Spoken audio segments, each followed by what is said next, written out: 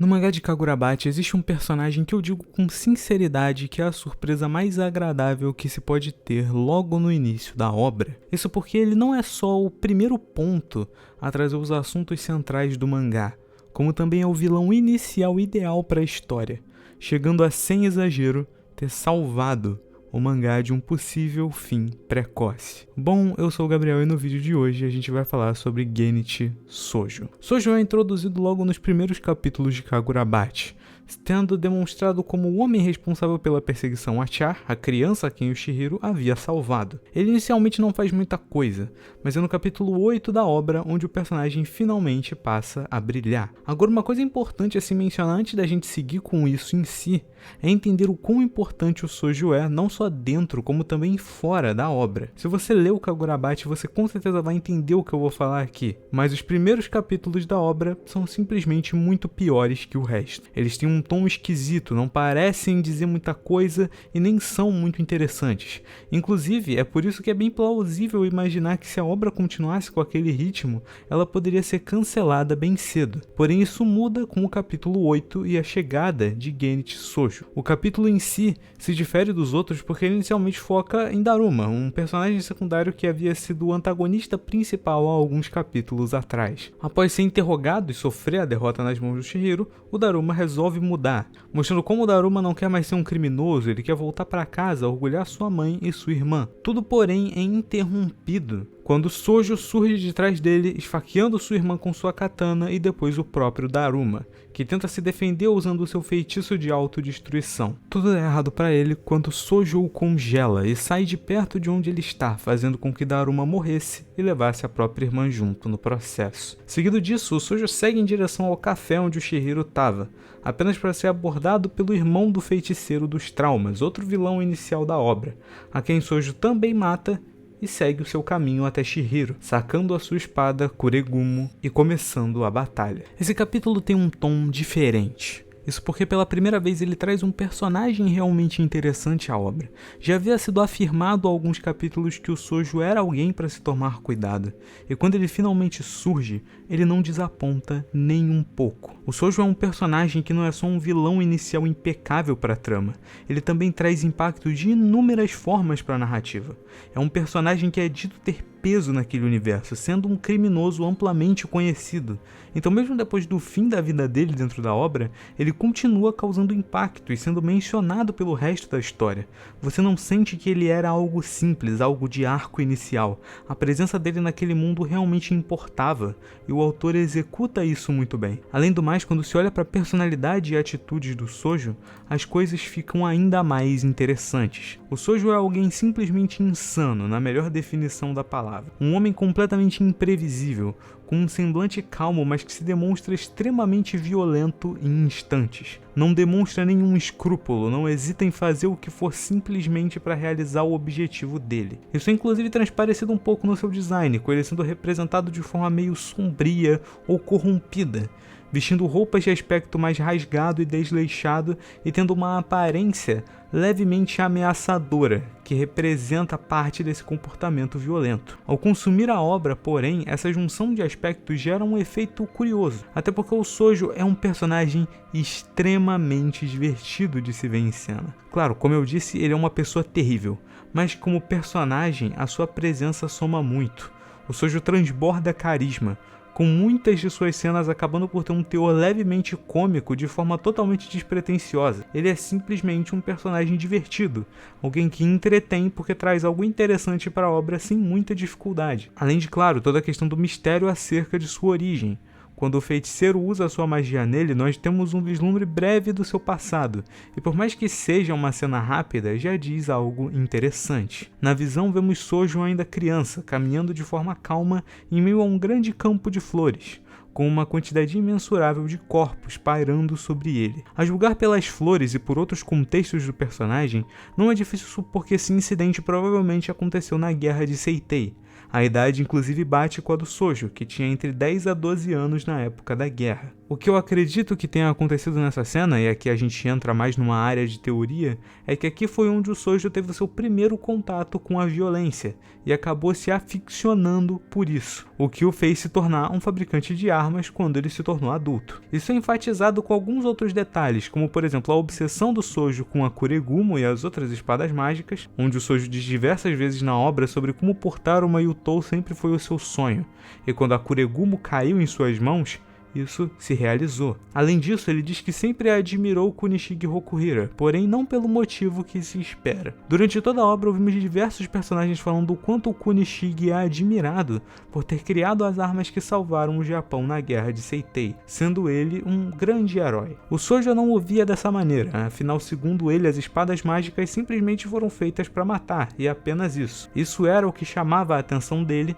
e o motivava a querer se tornar um ferreiro tão bom quanto o Kunishige. A mera possibilidade de fazer uma arma capaz de matar milhares, assim como as espadas mágicas, eram. Um outro detalhe que deixa ainda mais claro essa fixação na violência que o Sojo possui são os capítulos extras dele, onde nós vemos algumas cenas que aprofundam mais os pensamentos dele em relação a Kuregumo. Tudo aqui é levado ao extremo, obviamente, porque essas cenas são propositalmente cômicas. Porém, não deixa de ser interessante o fato de que o Sojo se tornou tão obcecado e intrínseco à violência que as únicas coisas que ele trata de forma minimamente humana na obra são o Kunishige, justamente pela admiração que ele sente por ele, e a Kuregumo, a sua espada mágica que ele queria usar para perpetuar essa violência. A relação de Sojo com a Kuregumo é um dos aspectos mais interessantes do personagem, não só pela relação dele com a espada em si, que é bem trabalhada como ela sendo a representação clara do sonho do Sojo, mas também pela relação que é formada com o Chihiro, graças à presença dela. Nesse ponto da história, Chihiro ainda acreditava que as espadas mágicas deveriam ser utilizadas apenas por pessoas dignas, porém o Sojo traz um questionamento a ele sobre esse assunto. O que exatamente significa ser digno de portar uma espada mágica? Se elas foram armas de guerra feitas para matar,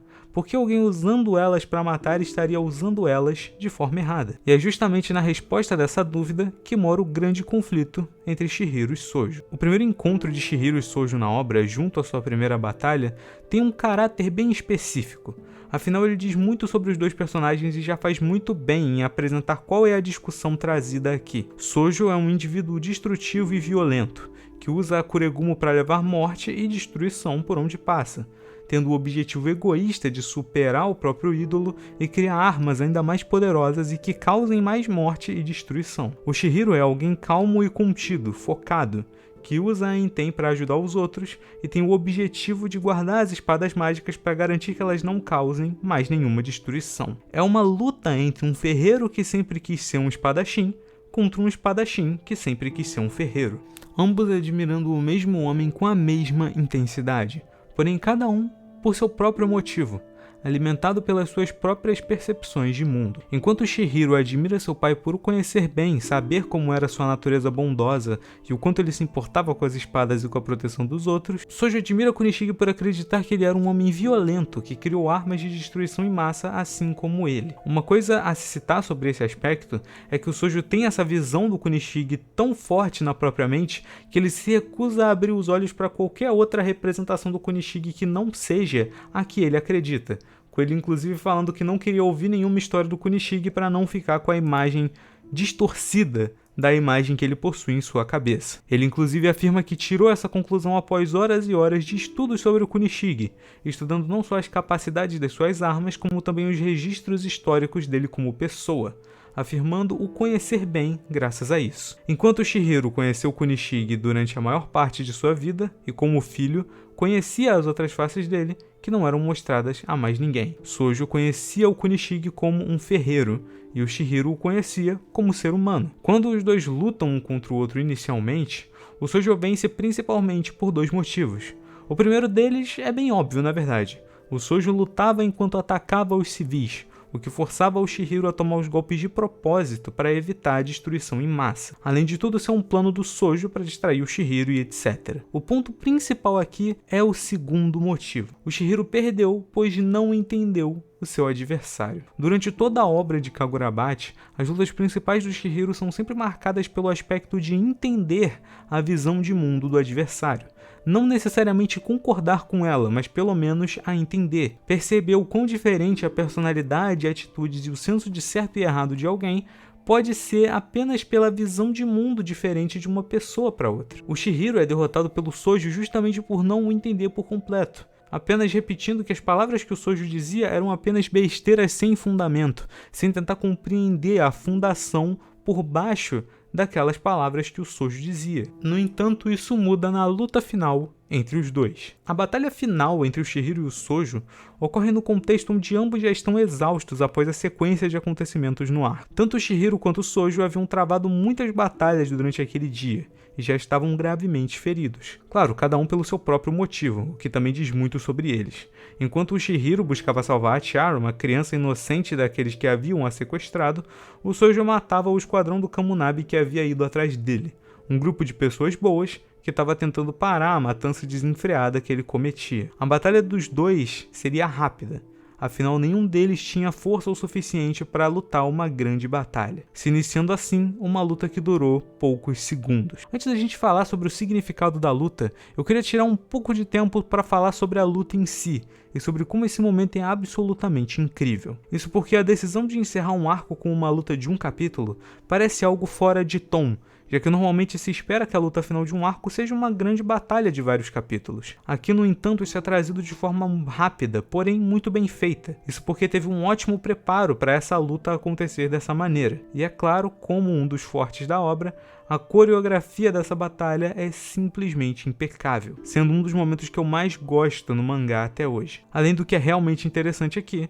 o diálogo entre Sojo e Chihiro que ocorre durante a batalha. Quando a batalha começa, o Sojo diz que tinha muito a dizer, mas que eles não precisavam de palavras para conversar. Assim, enquanto os dois trocam golpes, somos levados até um espaço mental metafórico, onde Chihiro e Sojo conversam, sendo justamente o que eles compreendem um pelo outro a partir da luta. Sojo começa oferecendo doces a Chihiro, dizendo que faz isso por respeito a ele, algo que Chihiro recusa, dizendo que não se dá muito bem com doces. Sojo então afirma que não queria que o encontro deles terminasse com a morte de um dos dois, afinal eles ainda tinham muito a conversar. Porém, Chihiro rejeita, falando que apenas queria matar Sojo, e é isso. Assim, os dois entram em um debate sobre a filosofia de vida deles e sobre o uso das espadas mágicas. Sojo reconhece que a convicção de Chihiro, que age em prol de salvar os fracos e derrotar o mal, é algo que ele não gosta, mas que entende. Chihiro o questiona, dizendo que se ele entende, então deveria reconhecer que não é digno da Kuregumo. E aqui o Sojo retruca trazendo um ponto interessante. Ele diz que vê as espadas como instrumentos de assassinato, porém que ele usa a dele seguindo as próprias convicções, e essa é a maneira certa de se agir. Não existe um uso correto para uma espada. Uma espada é uma arma feita para matar, mas quem decide se irá usá-la para matar ou não é o usuário e a sua convicção. O Sojo afirma que assim como a convicção de Chihiro está certa, a dele também está na percepção dele. Nunca foi sobre quem representa melhor o ideal do Kunishige ou sobre quem melhor o entende, completando dizendo que ele e Chihiro são ambos os sucessores de Kunishige Rokuhira, cada um por seu próprio motivo, e por isso qualquer um pode se tornar sucessor do Kunishige. Esse é o verdadeiro significado por trás da batalha deles. E esse é a resposta para toda a questão que o Chihiro enfrentava durante o arco. Não existe ser digno de uma espada mágica. As espadas mágicas são instrumentos. Cabe a você decidir como você vai usá-las frente à sua convicção. A sequência final da luta ainda é uma prova de como essa luta age muito mais como uma conversa sobre motivação e convicção do que qualquer outra coisa. Uma luta que age como uma conversa entre dois indivíduos de visão de mundo completamente opostas, mas que se entendem pela mínima conexão que existe na admiração em comum que eles sentem pela mesma figura. O Chihiro então come o doce em cima da mesa, realizando a ação imprevisível necessária para vencer. Um detalhe que eu gosto especialmente aqui é que comer aquele doce é muito mais do que uma ação imprevisível. É a prova que o Chihiro também fez o que o Sojo conseguiu durante a batalha, entendeu e aceitou a convicção do seu inimigo.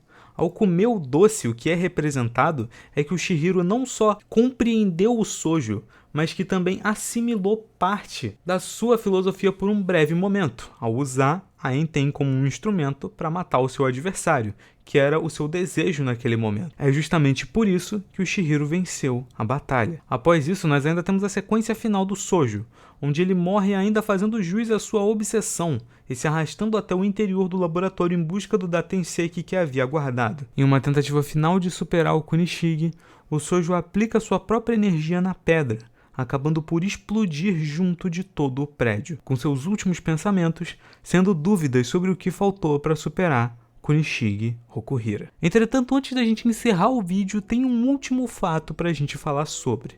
Não é exatamente só sobre o Sojo, mas também é um simbolismo interessante de se pontuar para que a gente entenda mais dele.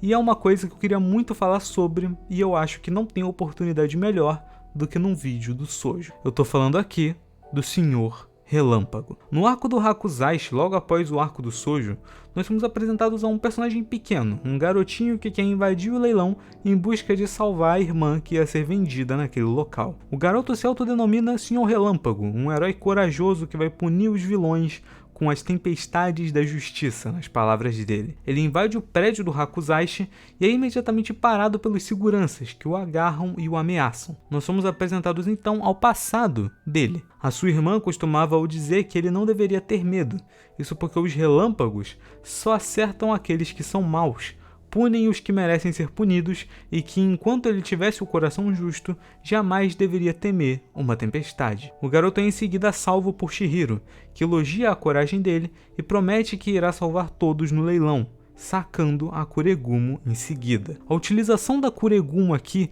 é algo muito mais simbólico do que qualquer coisa.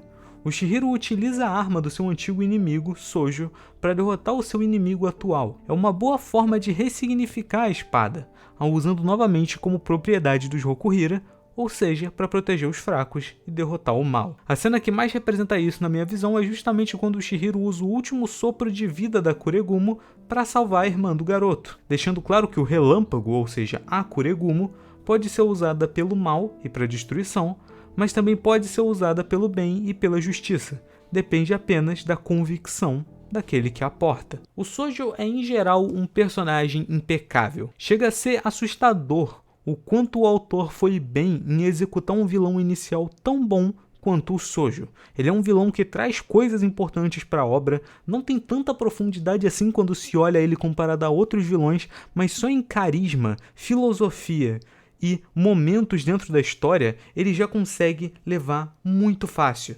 É literalmente o personagem que salvou a obra, e eu te garanto que se o Sojo não existisse, a gente não estaria lendo Kagurabachi hoje, porque dificilmente a obra conseguiria chegar no nível que ela chegou, tanto narrativo quanto em popularidade, se não fosse a presença do Sojo. Um vilão inicial é um aspecto narrativo muito importante. O vilão do primeiro arco principal da história não pode ser um vilão ruim, porque o vilão é um dos pilares que movimenta a narrativa. E ter o Sojo como essa presença de vilão forte no primeiro arco é justamente o que salvou o mangá de Kagurabachi. Mas, bom, por hoje é isso. Comenta aí o que vocês acharam, deixa o like, se inscreve, até o próximo vídeo e falou!